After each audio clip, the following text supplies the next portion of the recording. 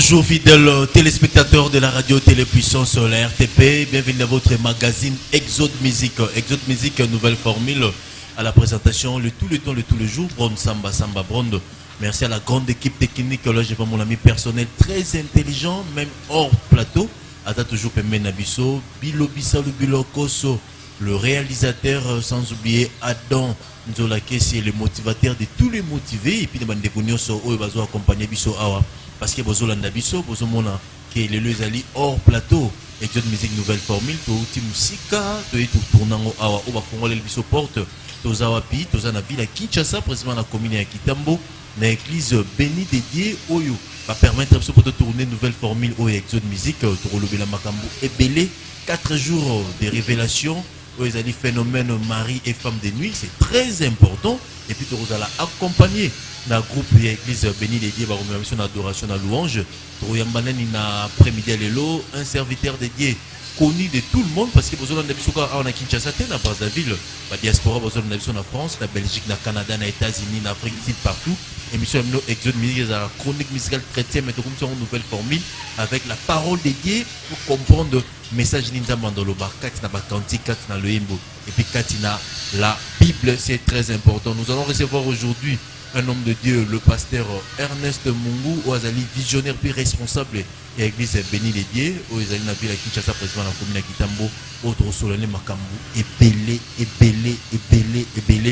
Restez branchés, vous allez zapéter, vous avez des problèmes, vous avez des stress, vous avez des balles, vous avez des maris de nuit, vous avez des femmes de nuit, vous avez des mbassou, vous avez des belé, l'andam émission Lelo, j'espère que vous allez béni. Mais avant tout ça, pour recevoir l'homme de Dieu, vous avez sous moi qui est pas yembi, même ma vision d'adoration, pour vous permettre à biso, de faire la émission à biso et après-midi Lelo, c'est parti.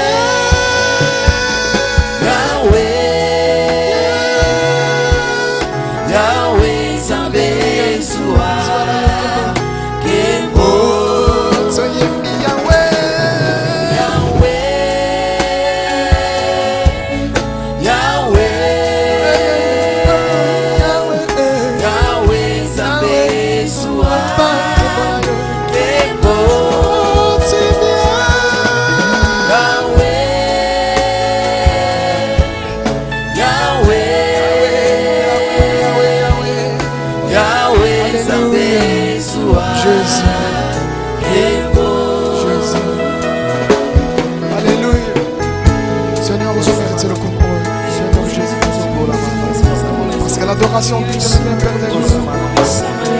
Ton amour est inconditionnel dans nos vies. Merci Jésus. Dans le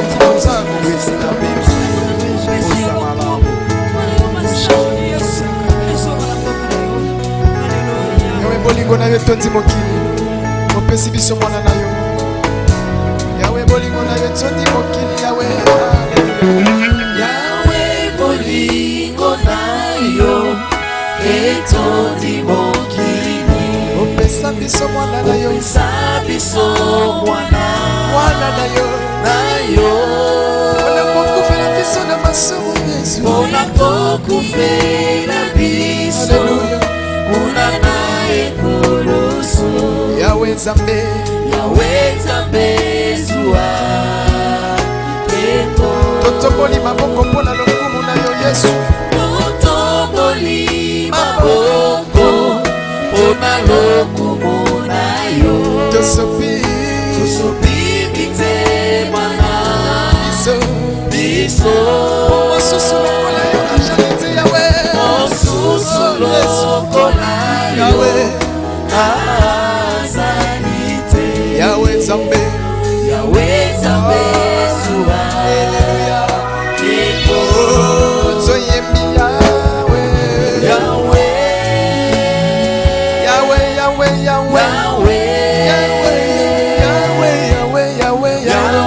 zuwa na yo tembo toyembi yawe papa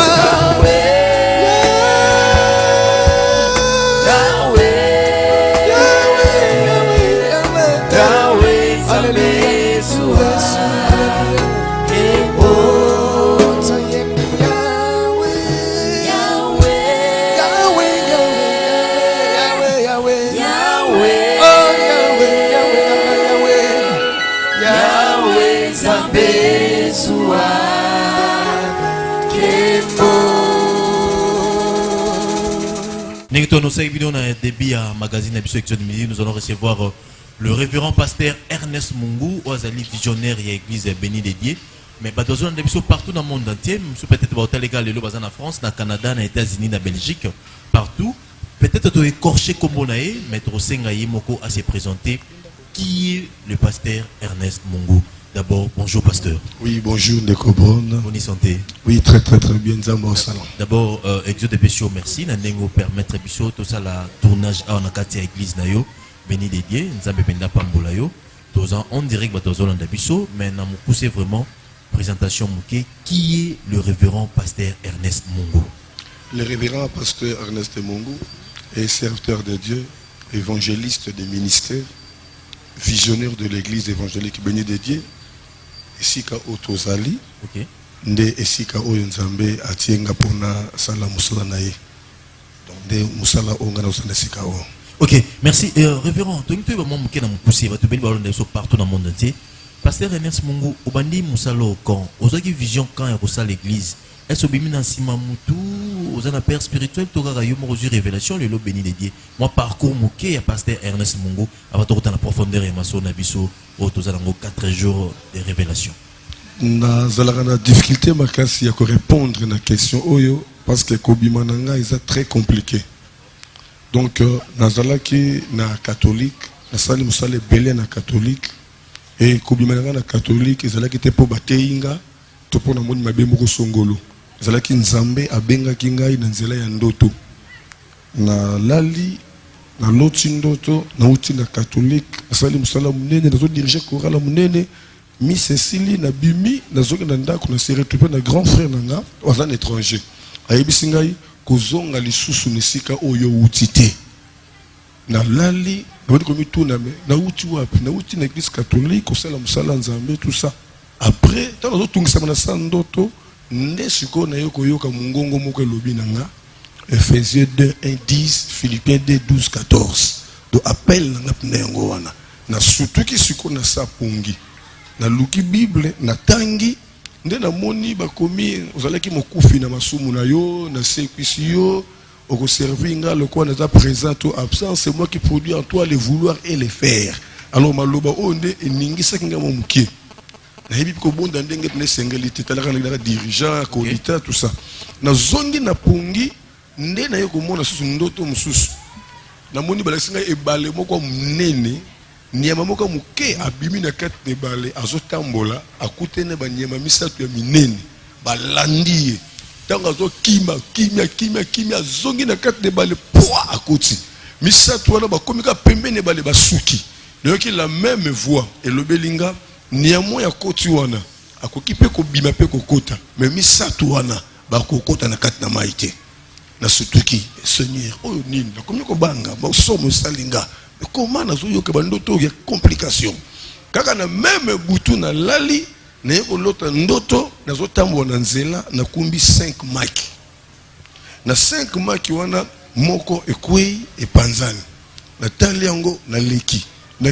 na ke ya mibale ekwei epanzani etikali misatu nazo kende na yoki la même voix eyebisingai oyo tikali nango batela yango malamu quand na sutuki na bani ko sambela koluka mo ba conseil koluka ba pasteur mais ko limbolela ngelo banini et il y avait un pasteur dans le binanga keba maki misatu wana isa ministère sur 5 ministères nzamba longoli 2 atikeli 3 ministères oza musala nzambe apesinga ba conseil wana na otanga na campus na osala na zaki na faculté médecine na yeko remarquer zèle moko ya prière et mataki ngai makasi na kati na zèle la prière ndene ko se retrouver na église moko na kata KSTP basala ka ba matinal na commission na fukami na nda est-ce que na pas parent na ngai na 0 heure ti 3 heures na bimi na ken église wana est-ce que matin zalaki na continuer prière ti 5 heures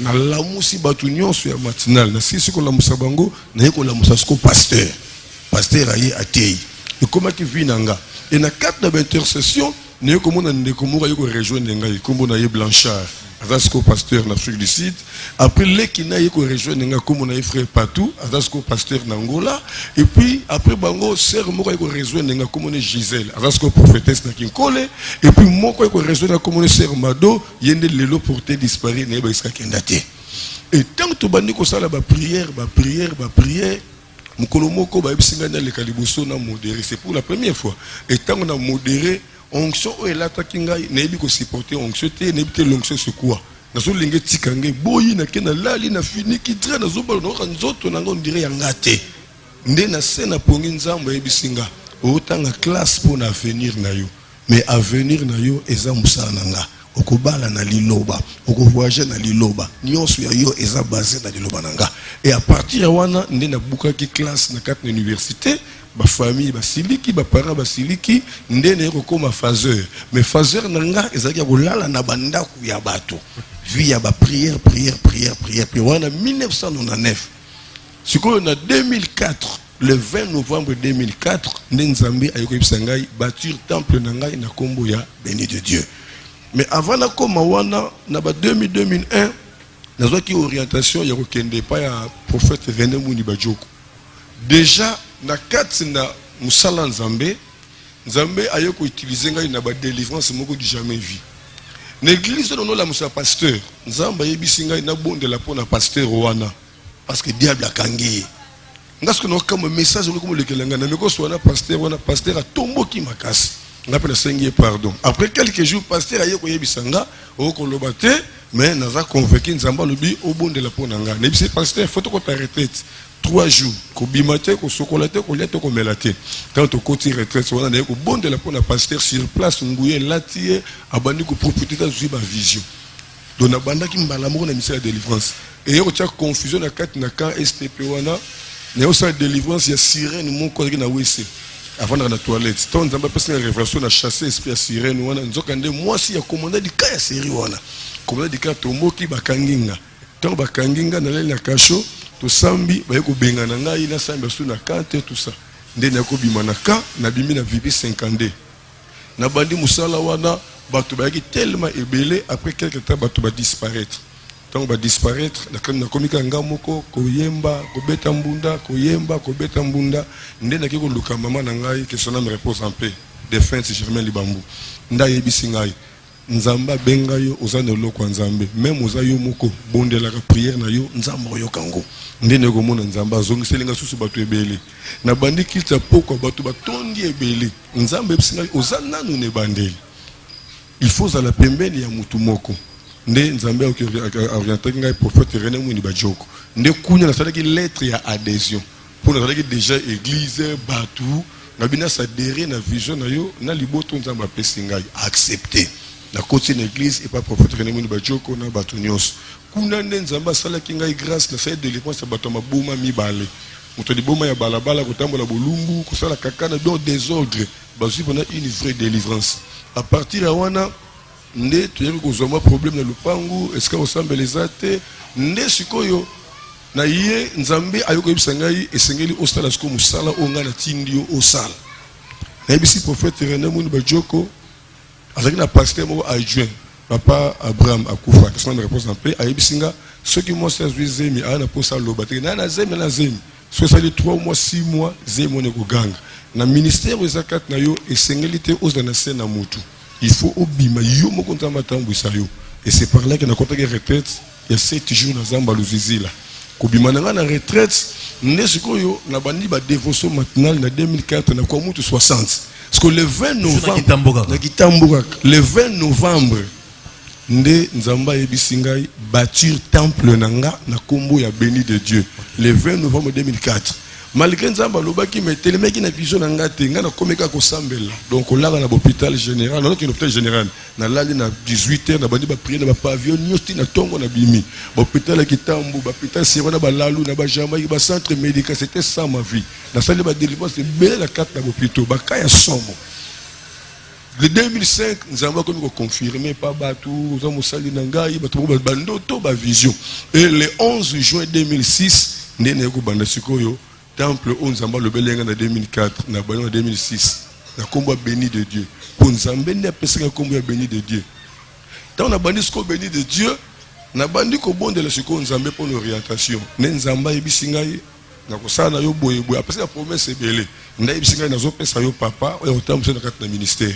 Et na kati na ba prière nzambe ayeke otalisa ngai évangile examen na kibila na yebi ete na monaki na télévision et tant na lukiye ya yebisi ngai na na posa esika yo uti papa na yo abenganga na yebisi prophète René Mwini Bajoko prophète René Mwini Bajoko yebisi ngai nga na obenga kizami na te kizami na abenganga na yebisi pe kizami na kizami pas de problème pesa nga numéro na ye tant na bengi kizami na bengi prophète René Mwini na misu nanga à répondre qu'ils ont mis dans le but, nous devons reconnaître Ernest Mungu, dans un ministère très puissant. Les PCA dans Maboko Nayo. Qu'ils aiment ce que vous savez, merci. Nous avons une adresse en Dak, c'est par là que Abandero Pesanga Skob orientation, il y a ministère. Tant que ça va, nous avons consacré en 2009. En 2009, on a bandé ministère. Nous avons côté Sabiso na 4 na persécution moko makasi. Bateka lupangu. Tout ça là qui je crois 9 mois à peu près il n'en est une église tout telengandi na sambula biloko baby ko luka nzambe nde nzamba lobi na ko pesa bino esika boko servir nga et na 2015 nde nzambe ayi ko pesa biso esika oyo nde to bundi pour to tia moi briquet to pesa ngo moi forme muke na pasi wana to zanga ko sambela te et lelo to za o to zali. Merci pasteur Ernest Mungu, c'est très important, un serviteur dédié. Il faut un parcours à Kobi Makara Boité, tu as papa na niauta bibolandi parcours na. Mais pasteur, na kati parcours na yo. L'on déjà réalisé dans le ministère na yo. Le parcours na ngai à part ba délivrance parce que ba délivrance les alliés, ba témoin les alliés, ba to maboma babika, bana bandoki babika, ba maida ko boakela, ba to ndenge na ndenge. Ba to ya bangi, ba tika bangi, ba to masanga, ba tika masanga, makambo belé on nzamba sali na ministère na ngai oyo. Et puis tout ça la tour mo na hôpital ya Kitambo. Bapesa ngai mbongo moko na pesa babola le coin d'église babola bazate to soit qui initiative ko somba ba chasser ba sukali ko somba ba savon biloko belé to kabola kana pédiatrie ya Kitambo et sur le plan ministériel na avant na banda église na 2006 et 2003 na komaki premier livre sur la prière comment prier d'une façon biblique pour obtenir des résultats et en 2006 na commis deuxième livre sur la croissance chrétienne. Et en 2009, nous avons comme troisième livre sur la vraie délivrance. Et dans le parcours, par rapport à Moussala Tozosala, nous avons obtenir 5e diplôme de mérite. Ministère. Ok, merci. Mais révérence, tu es à Mingi. Tu as eu adoration. mais nzamba bengue mo lobi ba délivrance ba tamaboma ba situation très difficile na mokuse penga to kaka to mona ba banderole mne na vie ya Kinshasa ba affiche yaka okozwa délivrance ya boye et donc qui est homme de Dieu délivrance na mokuse ezanini tom tozoka délivrance. Délivrance, c'est une action de délivrer. Et délivrer, c'est rendre libre. Donc quand on parle, la personne qui a besoin d'être délivrée, c'est une personne qui est liée. Et lié, quand on est lié, ils ont un domaine ébélé. Ok. Quand on est lié, na maboko na ye. Aza lié na maboko. Alors ça, la commerce, rien ne marche parce que bakanga maboko na ye. À cause de la lié, peut-être na mabota. Abali mabota raté, dia bakanga bana na ye. Vous comprenez? Ils ont un domaine ébélé où ils servent à moutou aya cause de délivrance. Il y a un moment et si quand révélation est délivrance est coupée sa maté. Il y a un moment Bible dit na Proverbe 29-18 quand tu n'as pas de révélation le peuple est sans frein. Il y a un moment dans le domaine de délivrance en tant que ministère évangélique on zamba pesinga nenzamba tie pembe na ngai moi si o appelé ministère prophétique. Et dans le ministère prophétique associé au ministère évangélique, nous devons réaliser des prodiges. C'est par rapport à l'Ikabo Nzamba Pesibiso. C'est par rapport à l'Ikabo Nzamba Pesibiso, mais Mouto Azaya Kokangama. Ndinyo Eba Kiazaya Kokangama. Mais à voyager, il y a un rapport, il n'y a pas de Ebana, bien. Est-ce qu'il y a besoin de délivrance? D'abord, la première délivrance, facteur à l'ébauche de délivrance, c'est de recevoir Jésus comme Seigneur et Sauveur. Pour moi, Yambi, Jésus était à sa délivrité. Quel que soit Bambon, on a eu, quel que soit richesse, quel que soit Bosuin, on a eu.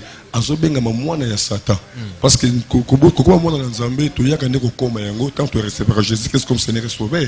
Bible de Jean chapitre 1 verset 12. À tous qui l'ont reçu, à tous qui croient son nom, qu'il leur a donné le pouvoir de devenir enfants de Dieu. De tout le monde est nécessairement besoin qu'on soit délivrance pour accompagner moi dans Zambé. Et mutu o ya moni kaza na mbongo azana bozui. À cause de lier ne loko moko songolo.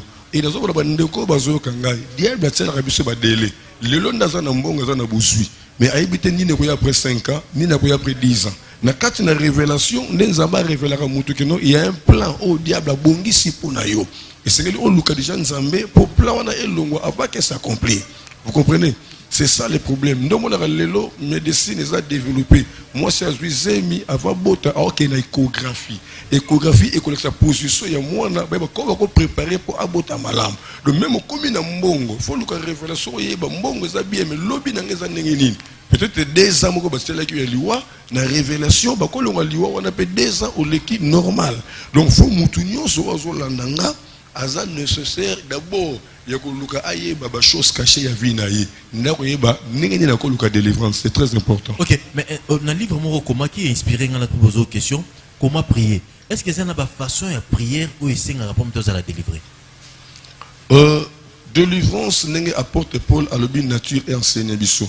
Ça na mutu mususu akobe la malade, fièvre azupe qui s'ameli abiki yemoko à quel hôpital auto-délivrance c'est ça auto-délivrance d'accord libumu pasi azuma qui s'ameli pe abiki naï mais ça na malade mususu automatiquement il faut qu'il y ait un centre médical d'accord apaiser traitement moi tonga moi perfusion mais comme rappelle un malade mususu centre médical ici mbate il faut qu'il y ait un hôpital ya munene et na quatre hôpital ya munene comme na malade mususu il faut un spécialiste moko ya donc nous besoin évacuer mutu na Kinshasa pour battre na quatre na poto alors na quatre na spiritualité ils ont na étape tu as un médecin généraliste un médecin spécialiste le pasteur nyonso akubenga na démon akuprie pour na bato malade akusala makambo nyonso mais ana ba cas oyo esengi pasteur nyonso sala nguté dans le barloko la baka ya bana sorcellerie baka peut-être ba mari de nuit femme de nuit et ça baka oyo est vraiment difficile na tous les pasteurs à cette délivrance c'est mari de nuit to femme de nuit parce que mari de nuit to femme de nuit mais sous ça bato normalité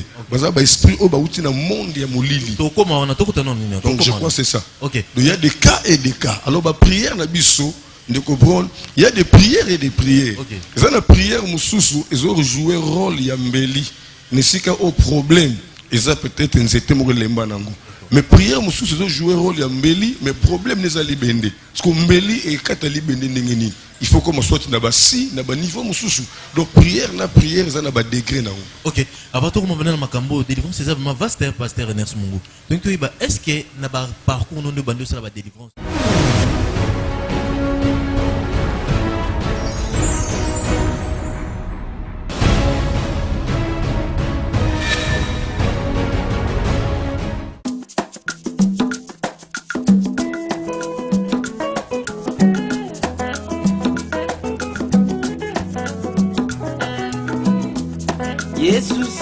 loketo, singa loketo, Yesu singa loketo,